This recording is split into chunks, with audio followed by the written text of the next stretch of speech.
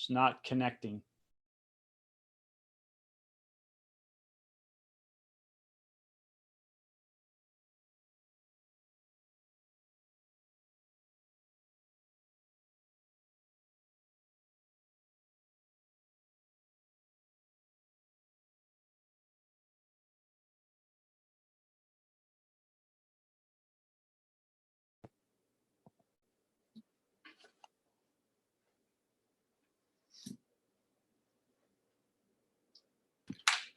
Are we there?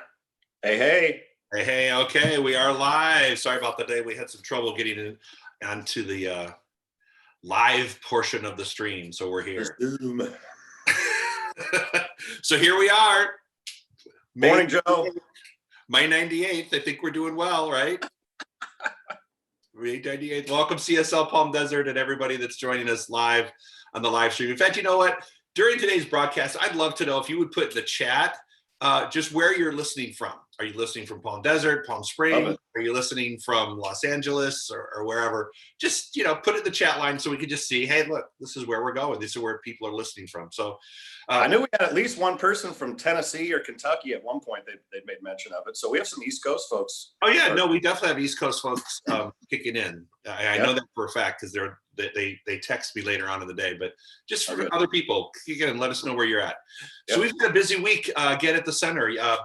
It just seems like we're constantly doing stuff at the center every day here on not just the channel, but like yesterday we recorded Sunday service for you, everybody, and we're getting the meditations ready. So the CSL Palm Desert continues to be a real presence online during this time. So today, Reverend Charles and I, we decided that we were going to look each at a meditation that's in the back of our textbook, and we were going to talk about it and maybe teach from it a little bit. Yep. So Charles, why don't you kick off? I'll let you go first, and then I'll head behind you. So yeah, okay. Grab yours. So my particular meditation. Good morning, everybody. By the way, it's really great to be with you. Every opportunity is a blessing to be together as community in whatever form it is. So it's great to be with you. Let's see. So my particular meditation is entitled "Love Dissolves All Fear," and it's on page 522 in the they're called Meditations for Self-Help. Just knowing Ernest Holmes' consciousness, though, they're like meditations for transformation. You know, meditations for just becoming the highest, greatest version of ourselves, expression of ourselves. So I'll read this, and then Joe will just spend a little time teaching, unpacking, and see where it goes, huh? Yeah, absolutely. So love dissolves all fear. Greater than fear is love. Love dissolves all fear, casts out all doubt, and sets the captive free. Love, like the river of life, flows through me and refreshes me with its eternal blessings. Love cannot be afraid. It is fearless and strong and is mighty in its works. It can accomplish all things through the inner light of that faith in the all good, which fills my very being with a powerful presence. Love casts out all fear. I chose this particular meditation because as we've discussed thoroughly, I think at this point, there is a lot of fear going on right now. There's a lot of anxiety. And love can cast that out, like literally in the same way that light casts out the darkness. Love will, if we just bring our attention to it, we bring it. I love this practice of just, and we can do this with gratitude as well, is just bringing our attention to something that we do love. One of your children or a parent or a lover, a partner, and just take a moment to consider that feeling and then bring it into the present moment almost simultaneously while you're considering the things you might be anxious about, like a money issue or a relationship challenge that's happening right now. And if you bring both of those into the same room in consciousness, like imagine bringing them into the same room and your consciousness becomes like a mediator, if you will, of this conflict or this issue. If you bring them into the same room, love will always be triumphant. Love will always invite fear to be dismissed. And fear ultimately doesn't have any argument that can sustain itself. It's just like darkness is the lack of light, fear is is the lack of love.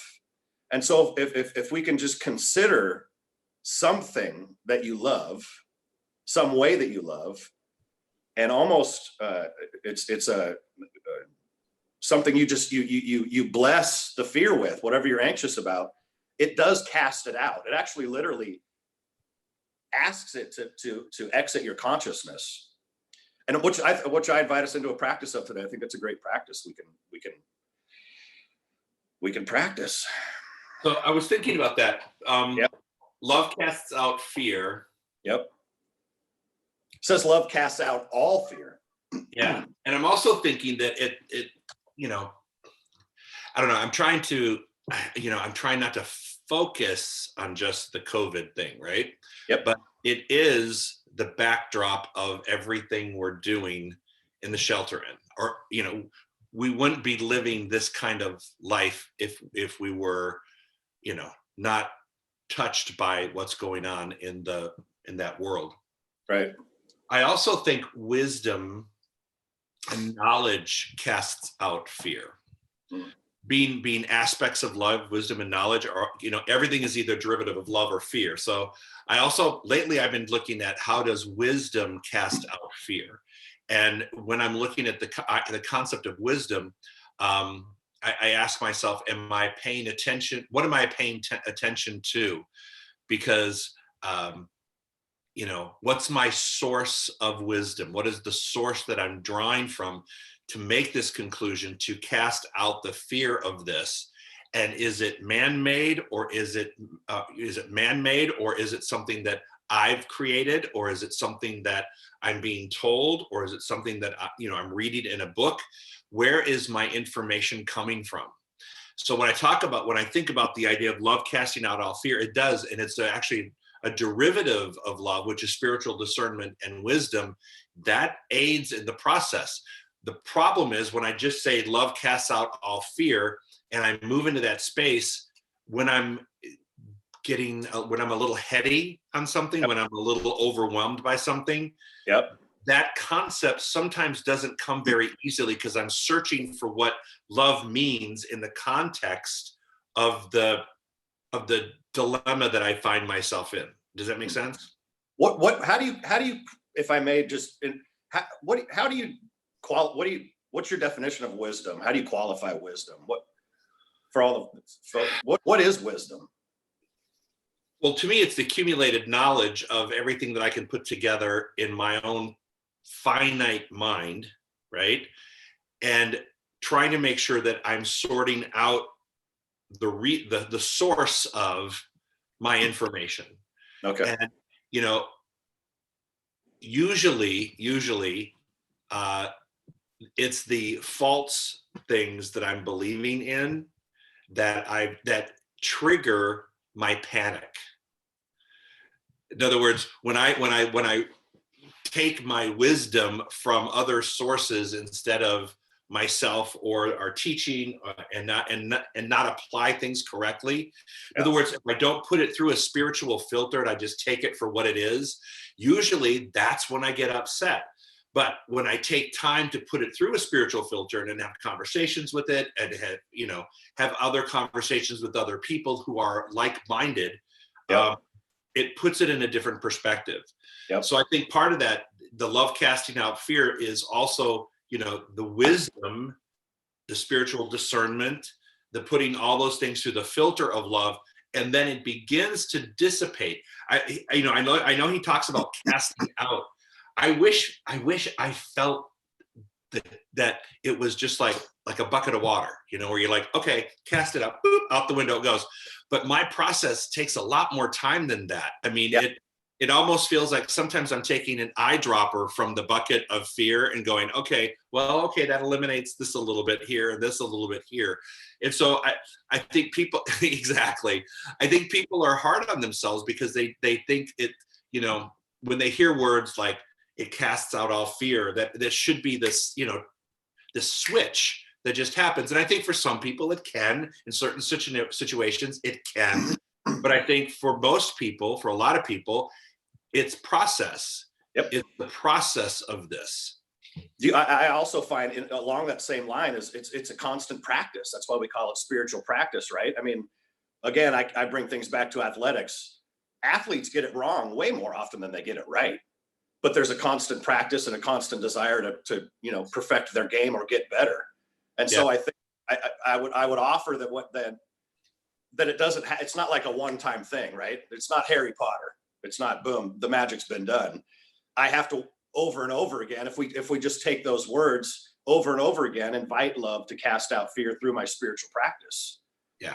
Through a mindfulness daily, every single day, every moment, as much as I can be mindful. Absolutely. That's what I agree. I agree with that. So here's a question for you. When it says like the river of life, I like like the river of life, right? Flows through me and refreshes me with its eternal blessings. Love, like the river of life, flows through me. So there's a point in which I have to recognize when I am not in the flow. There's a point in me where my resistance or my anger or whatever it is has removed me from that flow of love. And many times just that recognition of saying, wait a minute, I'm in a bad space. And I'll just share, like this morning, I just woke up and I was just in a bad space. I couldn't explain it. I didn't know why. It had nothing to do with my night. I don't remember any dreams, but I just woke up in a real kind of agitated space. And I'm thinking, okay, what is the root of this? And how do you get back into the flow of what you want to experience versus what you're experiencing in this moment? And then in fact, I just saw Russ and D just wrote, my belief creates my reality. So, and that's what was happening. And so I had to reset. And then I actually came into the office just for a minute and I read something. I went, okay, whatever that was. And so what I like to blame it on it's like, okay, Joe, you just had this momentary lapse of, a chemical imbalance. Something didn't trigger when you got up this morning. One of the cylinders didn't fire or whatever. One of the spark plugs didn't work. But it's working now. But in order to get there though, I guess my point was recognizing that when we're in a situation where fear or anger, whatever that is, it's actually a resistance to be in the flow of love and life. It's actually pulled us out of that river. It's like we're up on the shore now, knowing that we have to get in the river. So I think it's that recognition, that moment of recognition that is really important. I think that's just my idea. Well, I would also offer that sometimes, like if it seems inexplicable, like you're mentioning this morning, that you can't really attach a reason to it. Right. That sometimes I find that a powerful question is not why do I feel this way, but what's there for me to get right now? Is there some wisdom that I can gain from this, or some information that's there for me to grow? Right. How can I grow out of this? Not necessarily why, because sometimes that question, I get the whole reason for a why, but I think sometimes that question can only take us to what's wrong instead of moving into what's right. Right. No, I agree. I totally agree. All right. It could be accomplished all things through the inner light of that faith in the all good, which fills my very being with a powerful presence. I like that. One of my favorites. All right. Can I hit mine up now? Of course, absolutely. All right. Mine is one that I've used for, well, I don't want to say decades, but decades. It's called I Control My Mental House. Page 543. I conquer my mental household and cast out all fear and doubt. Let my word cast out all sense of fear and doubt, and let my thoughts be filled unto him who lives within. My word has dissolved all fear within me and has cast out all doubt. My word shall guard my thought and make me receive only that which is good and perfect. I control my life.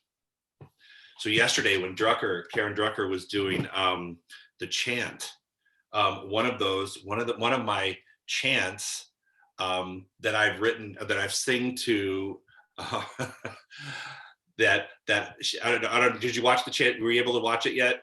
I haven't seen it yet. I'm going to. Well, she said, take a song like like an old song like Hallelujah, Hallelujah, Hallelujah. Just take a song like that and Yeah. then plug in your words. Mhm. Plug in that way you don't have to make up a melody, it's already there. So It's a cool formula. Yeah. I actually been singing, I control my life, I control I control my life, I control my life. It is, I mean, I'm serious. That's always been one of mine because I said it on one of our workshops before. That was always, I control my life. And so I thought, what a perfect one to like plug in for the day. Yep. But I control my life. Now, there are aspects of my life that are out of control. And I think during this time period that surrender to the things that we can control is imperative. Yep. And well, that's what I wanted to ask you. What's the discernment now? Because this also talks about controlling my mental household and casting out all fear and doubt, just like the other meditation. Yeah. What is, so putting it, to your point from before, if you put control through the lens of spiritual discernment and wisdom, what can you control and what can't you control? Well, and it becomes very apparent. It becomes very, and then it's that question of, is there going to be any upside about thinking about this downside? What is the upside on reflecting on the downside when I cannot control this? Is there an upside? And many times I have to sit there, I go, what is the benefit of me fixating on this? Is there something that I'm gaining, or is it an argument with my ego or myself that I just am not willing to let go of? Mm. And that to me is a big part of that. Many times it's like, and also I think it boils down to sometimes men are from Mars, that men are from Mars, women are from Venus thing. Yeah. It's like, I'm being challenged to fix this because it's my job to fix this. It's my duty to fix this. It's what I do. I come in and fix it. Yeah. And many times that's not an answer. Many times it's to sit in it and watch the answer unfold instead of trying to control the outcome of it from the onset, allowing ourselves time to control our mental health so that we don't become obsessed with it and let it spiral in our consciousness. Yep. The things that spiral the most, I wondered, I've been trying over the past, however many days, I don't even know how many days we've been in here. It's been almost like 4,495. No, but I think it's really, I started this March 12th and we're coming up on March or May 11th or 12th. So I think it's almost been like 2 months. And one of my practices in the 2 months has been, is there anything I can do to change the outcome of this in the moment? Is there anything I can do to change the outcome? And I would say probably in this scenario that I'm currently in, and that we're all in, the answer has been no.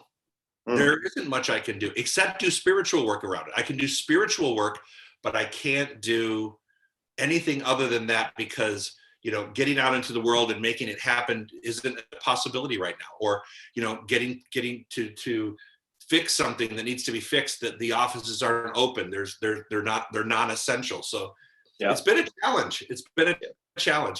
Jeff just wrote, oh, I love this. It's been 40 days and 40 nights. Sure feels like it.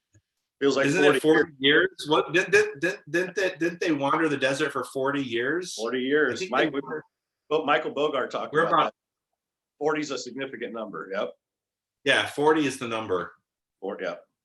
Maybe when we wake up tomorrow, this will all be over. Amen. From your lips to God's ears, right? Is that what I love about the title of this meditation that you chose, Dr. Joe, is I control my mental household. And I think one of the illusions that traps that we can fall into is that we can control other people's mental household. And we just can't do that. And even as much as we try, it says, I control my mental household. Yep. And beyond that, what can we control? And what I hear you talking is, my perception, my perspective on things, how I view it is this time. I see so many, posts and offerings and things through media of how people are dealing with this. And some people are positive, looking at it in a positive way and finding the blessings. And some people are not. They're finding there's agony and suffering. That is a reflection of your mental household, right? And how you're controlling it. And actually, the first line in the actual meditation says, I conquer my mental household. That means it's mine. I don't allow it to be loaned out. I don't allow it to be sold to anybody or anything. It's mine. That's a huge, I think for anybody in life, that's a huge idea. Yeah, it is. It is. So then it begs the question, what do you do with the person in your life that calls to complain or is in pain, real pain? They're distressed. We don't want to control their mental household, but we have to give them a gateway to walk through. Yep.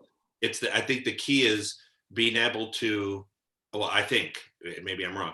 I think one of the keys is being able to, without proselytizing, ease people into a more accepted state of awareness and consciousness around this condition, and that they're not alone in feeling that helplessness or that surrender that's required, but rather it's incumbent upon them to move from the state of the panic energy into all of controlling their mental household to get as much of the peaceful, calm assurance that the universe is unfolding energy. Does that make sense?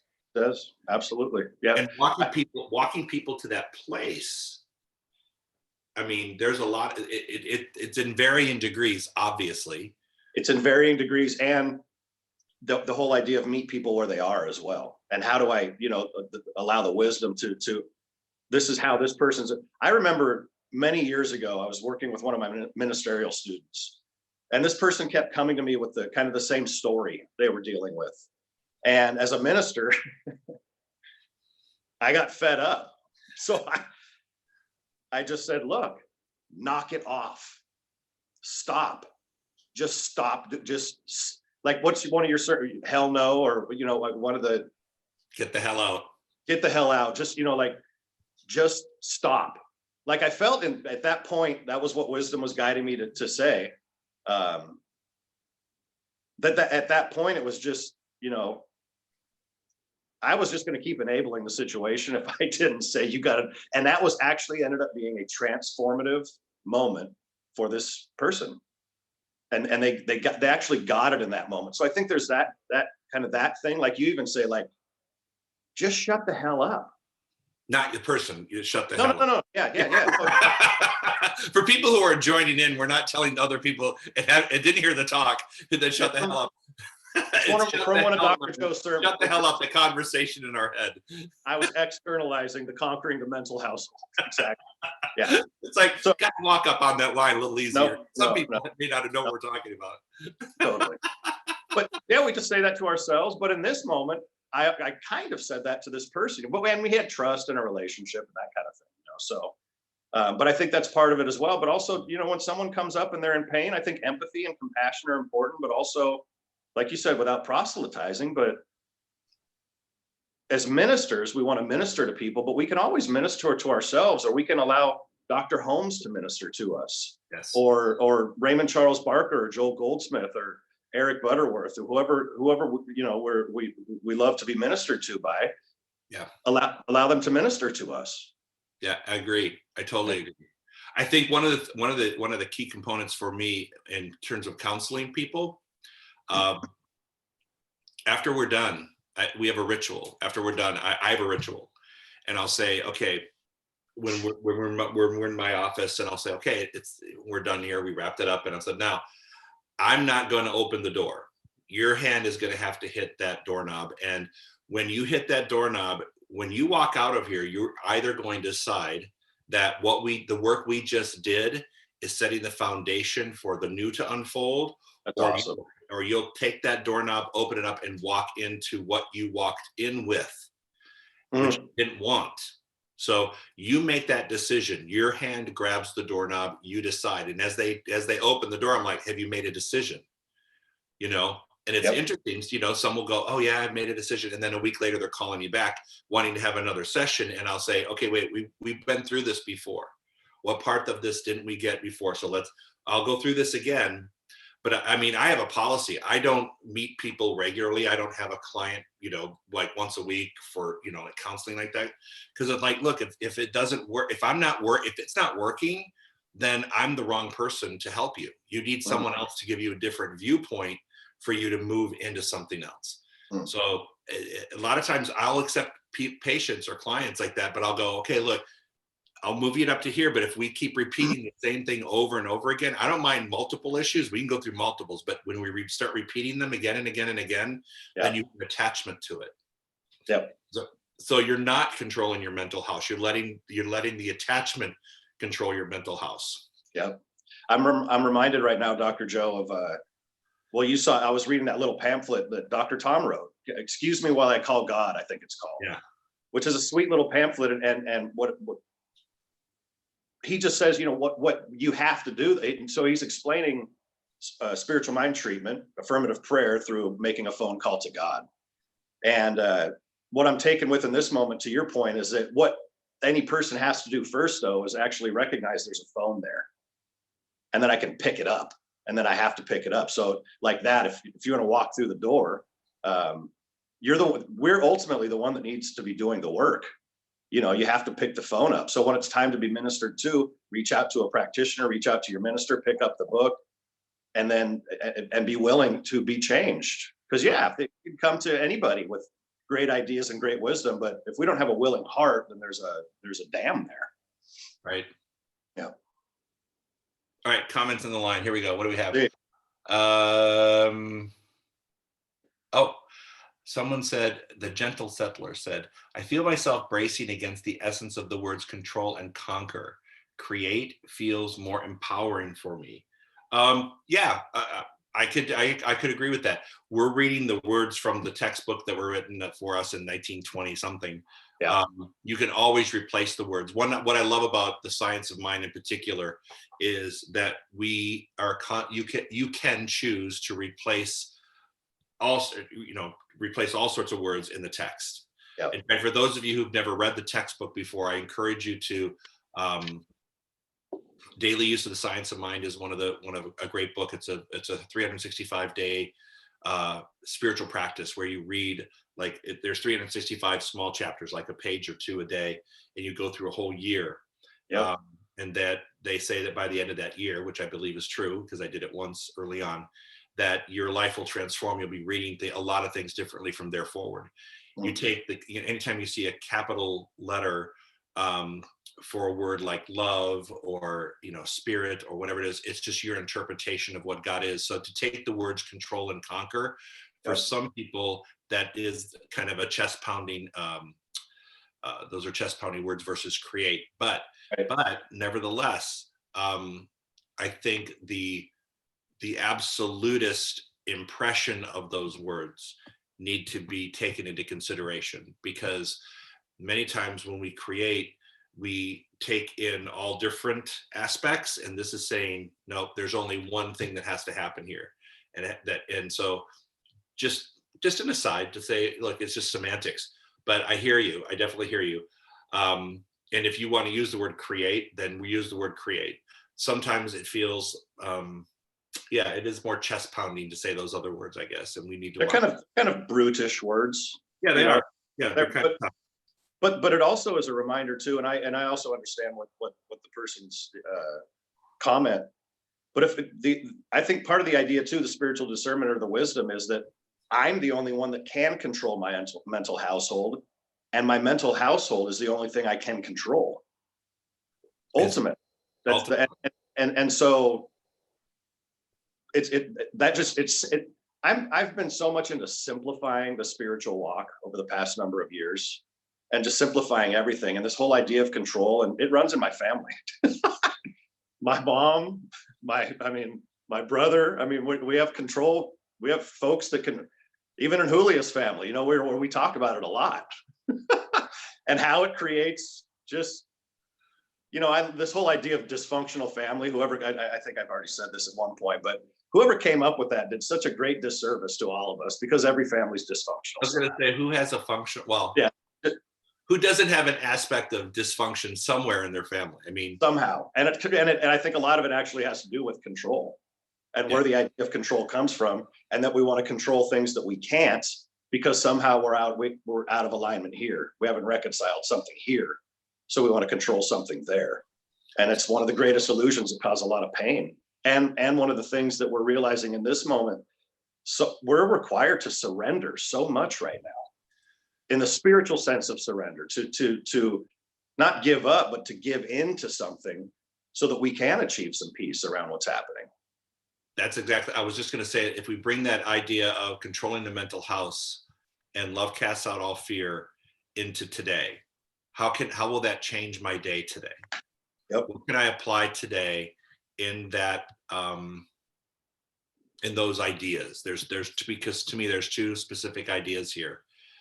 Both actually taking us to the same destination, but both taking us in a different way to get there. I like the way that, mental household, love casts out all fear. So what can we do today? What can I do? What can you do? What the people that are listening, what can you do today so that you're not casting out, so that you are surrendering the things you can surrender, so that you're not feeling captive to these other things. It's a serenity prayer, right, Dr. Joe? I mean, yeah, it really is. Actually, it boils down to that.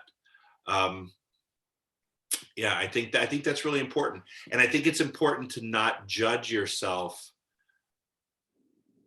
because you're in this situation spiritually, because the tendency is to spiritually shame ourselves when we're not at the level we think we should be or want to be. And I think that one of the things to work on, and at least I am, is to not allow myself to feel diminished because of where I'm at in this moment. I have to go, like you said, meet people where they're at. And sometimes people are operating on a very high vibration and frequency, and sometimes you're just not. And who knows the explanation behind it? But all I can say is, be careful not to shame yourself because you're not where you think you should be. Yeah. Right, got a couple things here. There's dysfunctional and there's non-functional. That's true. That's true. I will give you, there's just a non-functional. Yeah. Non just means screeching halt, and I totally get that. Gentle Senator, thank you. Not judging here. The most important thing, the words control and conquer bring peace of mind, empowerment, and well-being. Then folks should use them. Whatever works for you in your mental neighborhood. I like that. Oh, I like that kind of mental neighborhood. I've never heard mental neighborhood. Yeah. Go watch Mr. Rogers. I was going to say, it's a beautiful day in the neighborhood. Right. Okay. I'm getting you. Thank you, Gentle Settler. I don't know, Settler. Yeah, I can't read that. Thank you for sharing that. So I think that's good. Yep. I feel complete about these ideas. How do we, so like I was saying, how do we take this out into the world today? How do you take this out? And, all right, so all right, here we go. I'm going to commit today that if I go on social media, I am not going to read the articles that I find to be inflammatory. That's controlling your mental health. That's an exercise in control. I think if we made that, I'm going to take a 24-hour fast from reading the articles or even watching something. I mean, that means I can't watch a lot of TV. I can't listen to the news. I'm going to have to use what you can choose. Use what you can choose. Netflix, Hulu.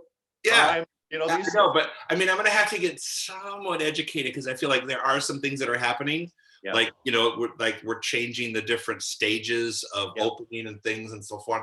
But I can't get involved in the controversy around it. So I'm going to commit today on a 24-hour mental diet of controlling the data and the information that comes in and the conversations that I'm going to have. So I'm going to commit to that. So if those of you watching today, why don't we commit to a 24-hour fast on reading things that are inflammatory, contributing to things that are inflammatory, and just see if that will change how we wake up the next day or how we feel throughout the day. See if we can change our vibration and frequency. I think giving you a homework assignment on this one is important. That's And great. then, yeah, don't you think? Absolutely. And I invite for everybody within Dr. Joe's assignment, if you have the Science of Mind at home, go read these meditations as well and consider that in that context as well. Love casting out all fear and controlling your mental household and how those dance together, because they really do, but big time. Yep. Yeah, they do perfectly. Yep. Cool. Class, Charles. Good stuff. Good Always stuff. great. Any more questions? Because we like to be around 30, 45 minutes. Anybody else have anything else want to add? Any questions? No. Practical questions? No. Jeff, anything? Are you hearing anything? Type anything? That was short. I get a comment. That was short. Well, you want me to talk longer? Hell, I can talk longer. You can. Let's keep. Oh, no, this is interesting, Rustin D. My need to control others is weakness disguised as strength. My need to control others is weakness disguised as strength. Yep. Oh, that's interesting. I like that. That's an interesting concept. My need to control others is actually a weakness on my part, and I want to disguise it as strength. Yep. It's insecurity. I was watching there's a great documentary. Dr. Dre is one of my favorite musical producers of all time. And about him and Jimmy Iovine with the the business. Anyway, they big time in business and music. And one line in there was, what was it? Skipping. Dang it! I just had it and it just flew away. What were you just saying, Dr. Joe? That they were talking about this guy to Russ and Dee's point, that even these big time successful music folks or whatever they're in business, that if people that know them, that was actually what another person commented on, is that the reason he behaved this way or he was so aggressive and go for it and all this is because he was the most insecure person one of the most insecure people they'd ever met. Oh yeah. Comes from that aggressiveness, that domination type thing, right? Like I need to dominate something here because there's something lacking here. It's a tough one to reconcile, but it comes from spiritual practice. Yeah. That's it. It's like I have to make a mark to be, because the insecurity within has to have that fed. All right, here we go. Some more things popped up. From the first one, I want to know the definition of love. Is it more than emotion? Okay, so let's talk about. You want to take that one? Well, I'm reminded of even what Michael Bogar said in one of the classes last week about the word love has 4 different distinct meanings in Greek. That there's relational love. I don't know all the names for them, but we need to look this up actually. But the short answer is yes, it's more than emotion. There's unconditional love, or what we call God's love, which is simply a being. For me, there's relational love, the love that we have with a partner or with a particular individual. There's community love, but it does express itself in different ways. And I think that when we can there's an old statement, perhaps some of you have heard it, that God created us in its own image and likeness, and we've been trying to return the favor ever since. And I think that when we only consider love from an emotional standpoint, we're putting that on God as well, and it confines things. So if we don't try and return the favor and create God in our image and likeness, but still consider ourselves in God's image and likeness, then we can, broaden or consider different ideas of what love really is. So here's the definition Dr. Holmes wrote about love. Love is the self-givingness of the spirit through the desire of life to express itself in terms of creation. Emerson tells us that love is the synonym for God. So when we refer to love in that way, so let's just take that. Love is the self-givingness of spirit through the desire to express itself in terms of creation. When we talk about love casting out all fear, let's just redefine that. Love is the self-givingness of the spirit to create itself in terms of, to express itself in terms of creation. So we're not talking about the emotional love between two people. We're talking about, or something. It's the givingness of the Spirit to create itself. So when we say love casts out all fear, the self-givingness of the universe expresses itself to create, and it casts out the fear. And now when we define that, we have to define that as, and that means in whatever situation you're in, the universe is always trying to create and give of itself to express itself in its highest and best form. So that's how I would define, when I look at the word love, it's actually, we use it interchangeably with emotional relationship love, but it's also love. Everything is love and law in our teaching. Love leads the way, the law makes it possible. Yep. So the creativity, the inspiration, the warmth and the color of life come from this thing we call love, which is its self-givingness unto itself. Yep. Yep. I love too, Dr. Joe, that it says it's the Spirit's self-givingness, that it actually, that means that it's indicative that there's only one body, one thing happening, that it's not coming from somewhere, but it's another indication that it's giving to it, that it actually is giving to itself as us, because we're created out of the only thing we could be, and that is God's love. So it's the self-givingness. I get it. Nope. All right. Hopefully we answer that one. Next one. I realize that conflict or friction is necessary and part of life. I've spent many years of my life trying not to enter into conflict, but I reframed it to realize this sharpens my abilities to not take it personally. So let me go back to that again. I don't know if can I go back up? Yeah, I can.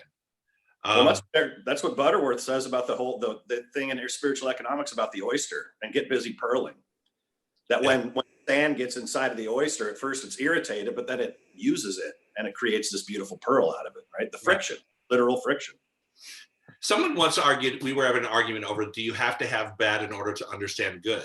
Do you have to have the negative to appreciate the positive? And I don't think we have to, but I think in our human experience, we recognize things like that.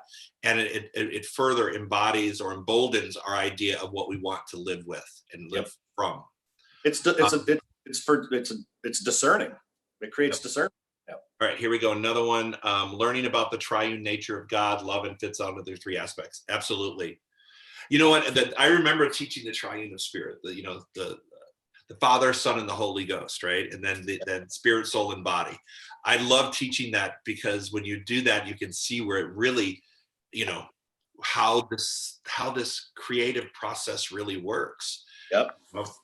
I love that. Yeah. Oh yeah. The big chart.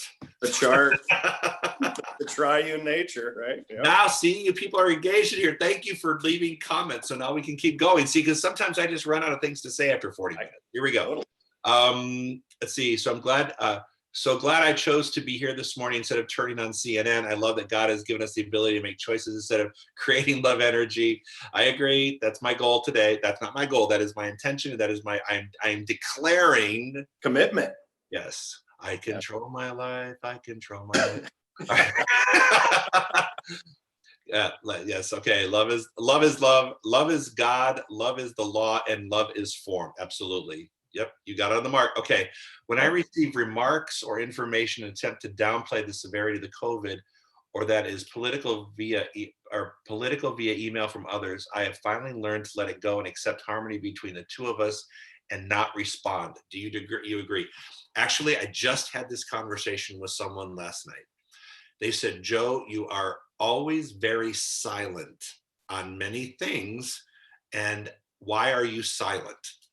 And I said, well, and I'll be brutally honest, because of my chosen profession and because people in my congregation fall on both sides of the aisle, both sides of an issue, it's not up for me to make these declarations, because I truthfully don't want to get, and I've in my past, I don't want to get in the crossfire and feel like I am constantly at the computer defending or arguing.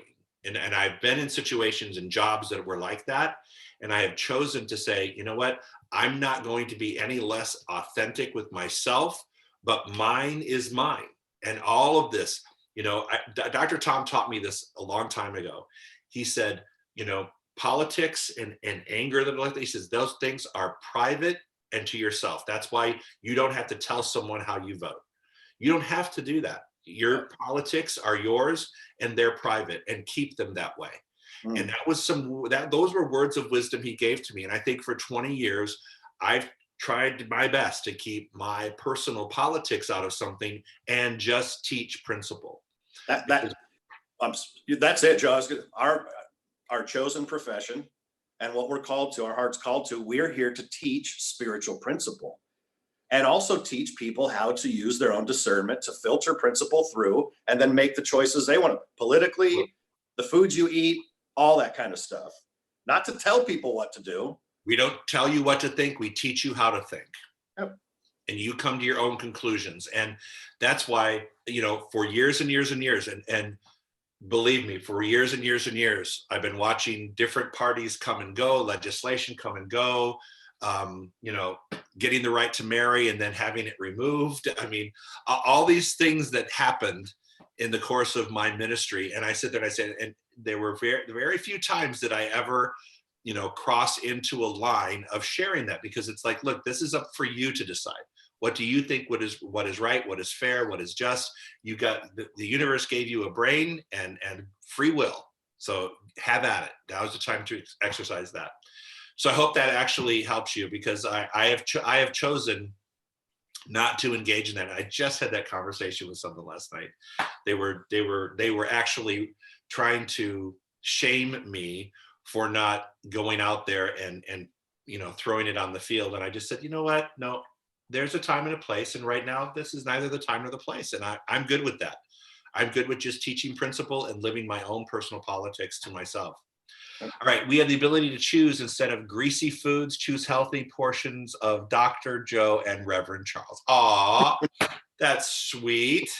Tell my husband that, who's become Paula Deen in the kitchen.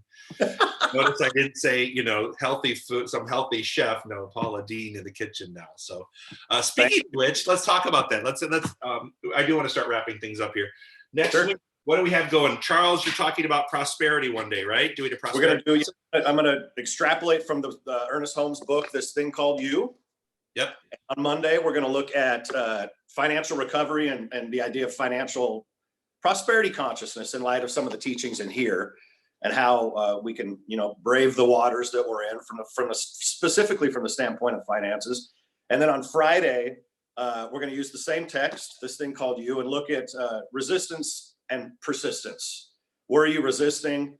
Where is it time to persevere? What are you being called into? So I'm going to present from this thing called You on Monday and Friday. And then on Tuesday, it's going to be Dr. Joe and Trey. Yeah, so I don't know where this is coming from, but we've gotten these multitude of requests to have the Joe and Trey show, which is like, Charles is going to help facilitate it. He's going to moderate it, but people want to know about, our what's happened in our ministry, how we came to ministry, what Trey's part was in the ministry, and just get to know him a little bit better, because I think, the congregation has never really heard him speak, except like maybe at a congregational meeting on occasion. But I'm already getting antsy about it. Oh God, what are people going to ask, and what are they going to say? So it's going to be a spiritual hour with Joe and Trey about, whatever. It's going to it'll be fun. I'm telling you what, it will be something you will want to watch, because God only knows what's going to come out of that one. I think we might end up needing more than an hour for that. Yeah, I think we may be into part two. Couple sessions. So Jeff, it will be recorded. Oh God. That's not, you know what? Maybe we should let that time be the recording doesn't work, so that I don't have proof that he can take to court. All right. The Sensational Six. The Sensational Six will always be here on Wednesdays. I'm not sure what they have planned, but it's been great to watch the ministerial students rise. In fact, I would like you all, for those of you who are on here today, to say a prayer for our ministerial students, because on Saturday, all day Saturday, from like 9 in the morning till 5 in the afternoon, they'll be taking their ministerial written exams. So, so I just Saturday? want to know that that's happening. Yeah, this Saturday. Yeah. Yep. So next thing that you and I will come back on Thursday, and then I think I'm going to be doing the meditation on May 16th. So I recorded a meditation yesterday for Jeff to put on. So that's what's happening tomorrow. Dr. Laura and I are together. My goal with that is to talk about where we've been at CSL Palm Desert. Give you a little background about that, and also just some of her spiritual perspectives on this, because she and I have been working together for 20 years, and it'll be really nice. So, oh, Trey, Trey, when is the Joe and Trey show? It's going to be on Tuesday. So Tuesday at 10. Everything happens at 10 o'clock. So the Joe and Trey show is going to be on Tuesday. That should be really upsetting. Okay. Hey, how about everybody email in some questions to Elizabeth? Let's see what we can do. Yeah, I'm sure people will be popping those up all day. All right, so we still have our face coverings. Our face coverings are still for sale. So if you would like to get a Center for Spiritual Living, the Center for Spiritual Living, Palm Desert, and it says they're so awesome.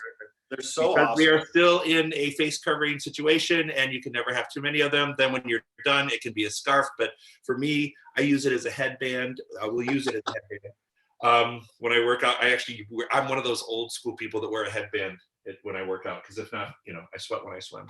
Back behind me is the artwork that Rob Lamagno has so graciously donated to the center. I'm not sure. I know that there was a starting bid. The starting bid was $300, and we already met the starting bid. So it's an original artwork called Stormy Ocean. Elizabeth and William popped by yesterday, and they actually got to see it, and it's multi-textured. It's not a flat, it's multi-textured. And it's Rob has donated it to create funds to help us with the roof. And also we've paid all of our employees up to this point. They continue to be on payroll. So we committed to them that we would keep them on the payroll. And so we've done that. So it's actually just helping the church continue to do what we've been doing. So the minimum bid has been met already at $300. And you'll see Rob's artwork at the Heath Gallery and like Vicky's of Santa Fe. There's these large works over there in the restaurant. So maybe you've seen his work there. Let's see, that I think is about it. Is that it? Let's see, what do we have? Reverend Charles with the peace shirt and a headband would be perfect. Jerry Lynn, that's Jerry Lynn. Stand up a little bit. That's Jerry Lynn, yep. Yeah, that's Peace Please. That's Jerry Lynn, yep. our music director. She wrote a whole series of music and merchandise around that. We can actually get those to you through the office. Jerry Lynn can provide those to you. So I think that's it. We ask that if you've enjoyed our show today, and if you enjoyed the shows that we're producing every single day, to continue supporting us. There is a donate button underneath this of the screen. You can always just go to the website. We can take care of it there. So we would like you to engage in that process, because like we've been telling everybody, and this is my mantra lately, whenever that is that we return to work and back into the center, everyone is going to have an expectation that the center is going to be what it was like when they left. And in order to do that, we need you to be consistent through this process and giving, so that it can continue to be there the way you left it, which is going to require that every person continue to generously support and actually step up and make additional support for those people who are currently unemployed and not working. So anything and everything means everything to us. So if you can please just continue to donate, keep us financially strong, we greatly appreciate it. Thank you. So, all right, let's pray our way out. What do you think? One last thing, Dr. Joe's birthday is on Monday. Yes, thank you. We love him. Happy Dr. Joe. Thank you. But I figured since this whole 2020 thing has been sheltered in, we get to ignore it. So I'm just going to ignore it. We're going to move on. All right. All right, let's see. If someone just asked if you could actually purchase a shirt. Yes, you can. Jerry Lynn has those shirts. So call the office and we will get you a shirt. 760-346-4649, and we can get you one of those shirts. They come in white and black and white. All right. So yeah, definitely. Thank you, Jerry Lynn. I love you. Yep. There you go. Shout out to Jerry Lynn. Cool. All right. So let's close our eyes. Take a deep breath in, everyone. what a great time we had today. Spirit was speaking and expressing and allowing itself to be made known through each and every one of us. Thank you for those who participated. Thank you for those who produced our show today. Thank you for the participation of the Spirit that's moving through each and every one of us, allowing us to take this time of shelter in, to become more embodied and loving and caring with ourselves and others.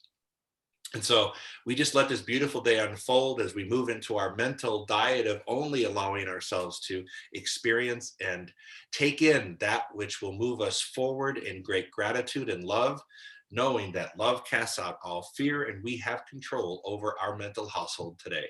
For this time, we're so very grateful. We call it great, not just good, we call it great. And together we say, and so it is. Thank you, everybody. Have a great, what is today? Thursday. God bless you. Great Thursday. We'll see you tomorrow with Reverend Laura. Have a great day. Bye, everybody. Peace.